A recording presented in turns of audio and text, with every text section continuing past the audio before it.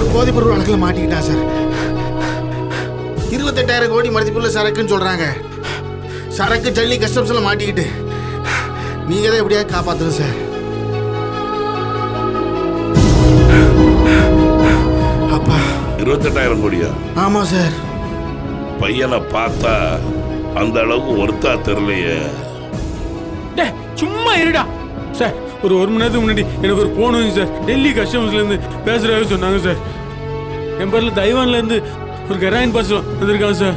28,000 கோடி மதிப்பா சார். இனி ஜாமீன் எடுக்கணும்னா 2,500 கோடி வேணுமா சார்?